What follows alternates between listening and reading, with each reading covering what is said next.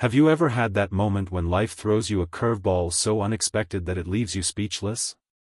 That's exactly what happened to me. If you're enjoying this story of how my attempt to be helpful turned into something that changed my life forever, please hit that like button and subscribe to see more real-life stories that prove sometimes the best things happen when you least expect them. I still remember the exact moment everything changed. The office was quiet that Friday evening. Most of my coworkers had already left for the weekend.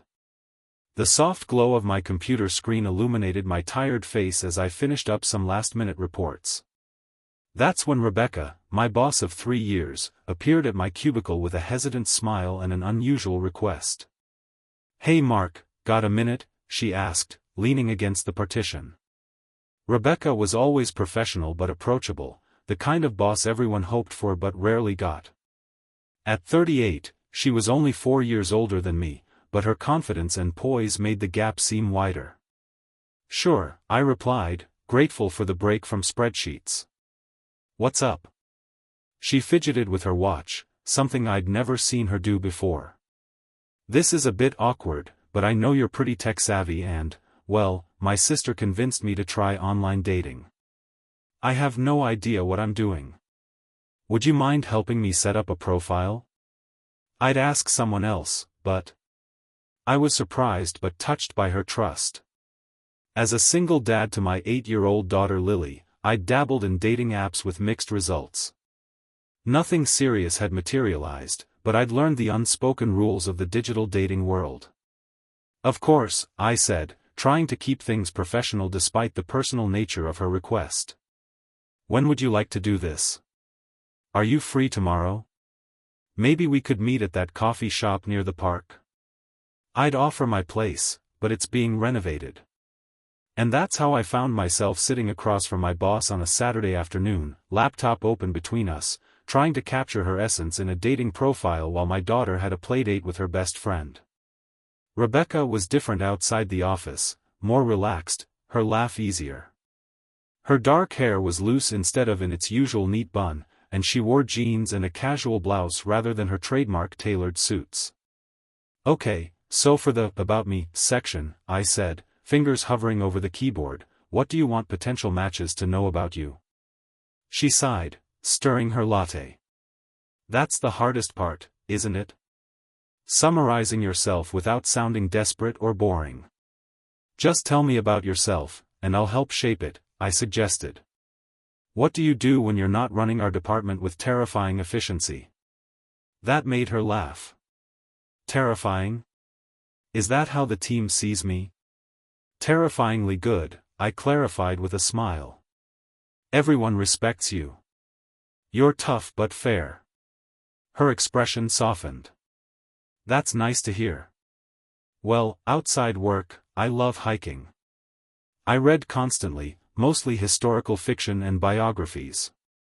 I'm learning to cook properly, beyond just survival meals. And I have an embarrassing addiction to reality baking shows." As she spoke, I typed, occasionally asking questions to draw out more details. I learned she played violin in college, volunteered at an animal shelter twice a month, and had a goal to visit all the national parks before she turned 40. "This is good," I said, turning the screen toward her. "You're coming across as interesting and authentic." She read what I'd written and looked genuinely pleased. "You make me sound much cooler than I am. I just wrote what you told me. Now for photos." "Oh God," she groaned. "The worst part." "You must have some good ones," I encouraged. She reluctantly opened her phone and we scrolled through her gallery.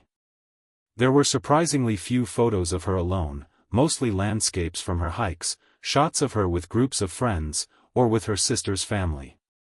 "You need at least one clear headshot, one full-body photo, and maybe one showing you doing something you enjoy," I explained. We found a beautiful candid shot her sister had taken of her laughing by a lake, another from a company event where she looked elegant in a simple black dress, and one of her on a mountain summit, arms raised in triumph against a spectacular backdrop. "These are perfect," I said, uploading them. "You look beautiful and genuine."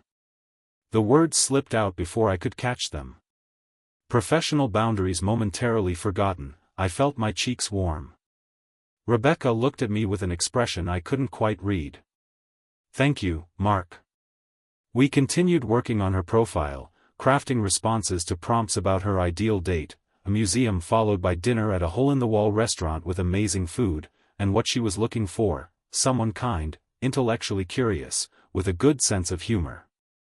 As we finished up, I showed her how to navigate the app, explaining the etiquette of messaging and the red flags to watch for. She was a quick study, asking smart questions and taking mental notes. I can't thank you enough, she said as we packed up. Can I buy you lunch as a thank you? No need, I assured her. Happy to help. She insisted, and we ended up at a nearby bistro. The conversation flowed easily, moving from work to books to travel. I told her about Lily, how I'd been raising her alone since my ex-wife moved across the country for a job opportunity 3 years ago. That must be incredibly challenging, Rebecca said, her eyes full of genuine concern. It is, but she's worth every difficult moment, I replied. She's the best thing in my life. You're a good father, Mark. I see how you rearrange your schedule for her school events, how you never miss picking her up. It's admirable. I was touched that she'd noticed these details. Thank you. It's a balancing act, but the company's flexibility helps. That reminds me, she said, I've been meaning to talk to you about the Henderson project. Your work has been exceptional, and I'm considering putting you in charge of the next phase. Even outside the office, Rebecca couldn't help being a mentor. We discussed the project through dessert, and I felt a growing appreciation for her strategic mind and leadership style. As we waited for the check, her phone pinged with a notification from the dating app we'd set up. That was fast, I said. Looks like someone's already interested. She glanced at her phone and then set it face down on the table. To be honest, I'm having second thoughts about this whole online dating thing. It can be overwhelming at first, I acknowledged. But you don't have to respond to anyone until you're ready. Rebecca looked at me for a long moment, then took a deep breath. Mark, I'm going to say something, and if it's inappropriate, please tell me, and we can pretend this conversation never happened. My heart rate picked up. Okay. Why don't you just take me out instead? The question hung in the air between us. I blinked, certain I'd misheard. I'm sorry. I've always found you interesting and attractive, she continued, her professional composure giving way to vulnerability I'd never seen before. You're kind, intelligent, dedicated to your daughter. I've wanted to ask you out for months, but the professional boundaries seemed too important to cross. Then today, spending time with you outside work, I realized life's too short not to at least ask. I was speechless. Rebecca, my brilliant, composed boss who intimidated even the senior executives, was nervous, waiting for my response. I had no idea, I finally managed. I've always respected you enormously, but I never thought.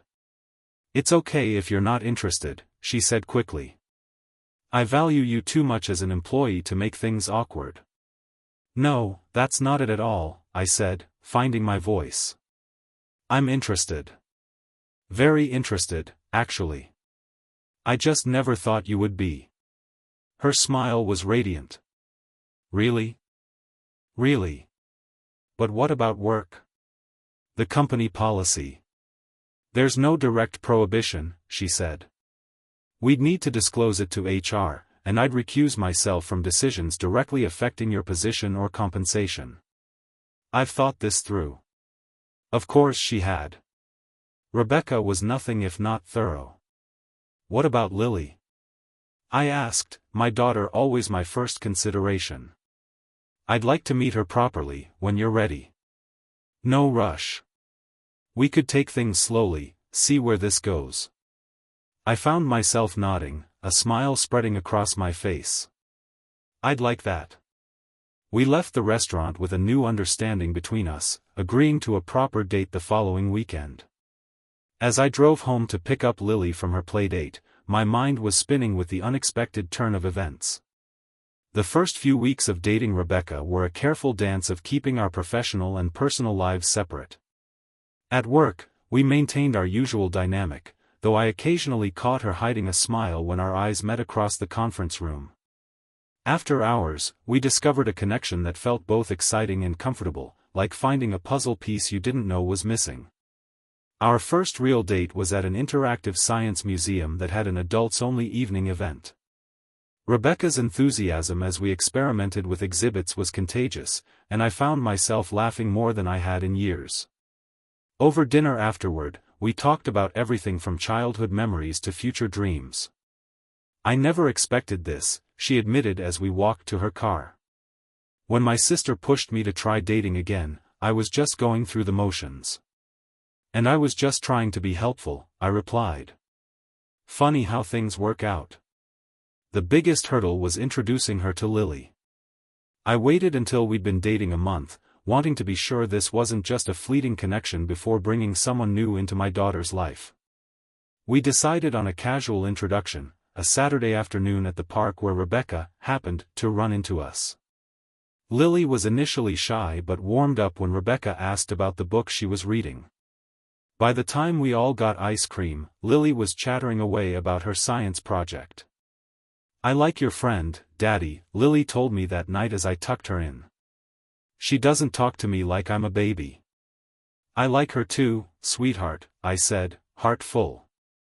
As weeks turned to months, we settled into a rhythm.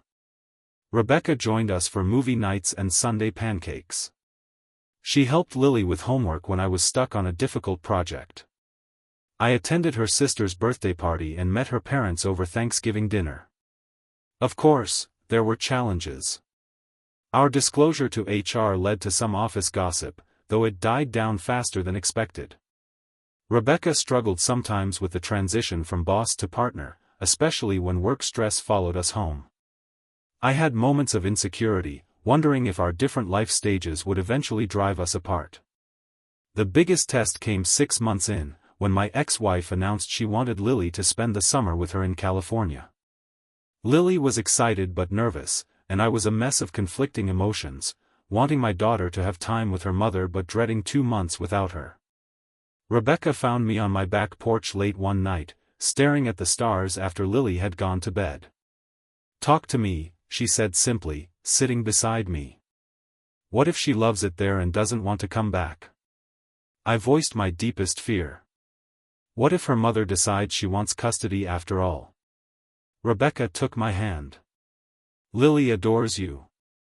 This is her home, her school, her friends. A summer vacation won't change that." "I know I'm being irrational, but—" "It's not irrational to worry about your child," she interrupted gently. "But Lily needs to know her mother too. And maybe—" She hesitated, "maybe this is an opportunity for us as well." "What do you mean?"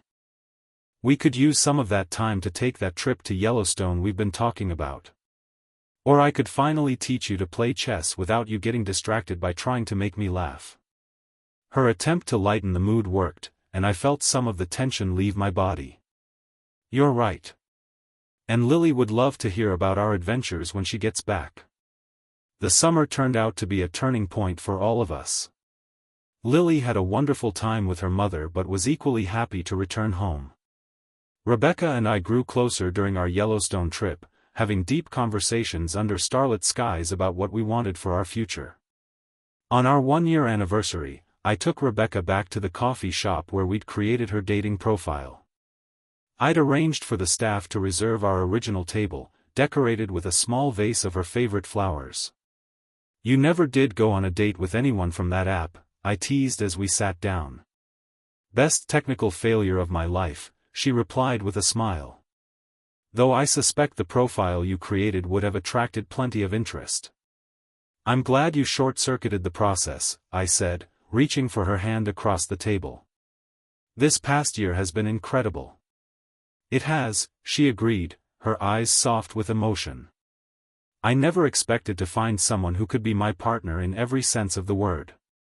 Someone who challenges me professionally, supports me personally, and makes me laugh daily. I have something for you, I said, suddenly nervous as I pulled a small box from my pocket. Her eyes widened. Mark. It's not what you think. Well, not exactly, I clarified, opening the box to reveal a key. It's a key to my house. Lily and I would like to ask if you'd consider moving in with us. Tears welled in her eyes. Are you sure? Both of you? Completely sure. Lily actually asked me last week why you don't just live with us since you're always there anyway. I smiled at the memory. We love having you in our lives, Rebecca. Every day. She took the key, fingers trembling slightly. Yes. Absolutely yes. 2 years after that coffee shop meeting, Rebecca and I were married in a small ceremony with Lily as our flower girl. My boss became my wife, and the woman who once intimidated me in budget meetings now steals the covers and sings off-key in the shower. Life isn't perfect. We still have work challenges, parenting dilemmas, and the occasional disagreement about whose turn it is to empty the dishwasher. But we face everything together, stronger as a team than we ever were separately. Sometimes I think about that Saturday afternoon when I was just trying to help my boss create a dating profile. How one moment of courage on her part, asking the question that changed everything, led us here. It reminds me that the best things in life often come from unexpected places, and that taking a chance on connection, even when it seems complicated or unlikely, can lead to the greatest happiness. If there's one thing I've learned from our story, it's that sometimes the love you're looking for isn't out there waiting to be found through the perfect profile or carefully curated photos. Sometimes it's right in front of you, in the person you see every day but never truly saw until the moment everything changed with a simple question: why don't you just take me out instead? If this story touched your heart or reminded you that love can find us in the most unexpected ways, please like this video and subscribe to our channel for more real-life stories that remind us all that sometimes the best things in life happen when we least expect them. Thank you for listening to our journey.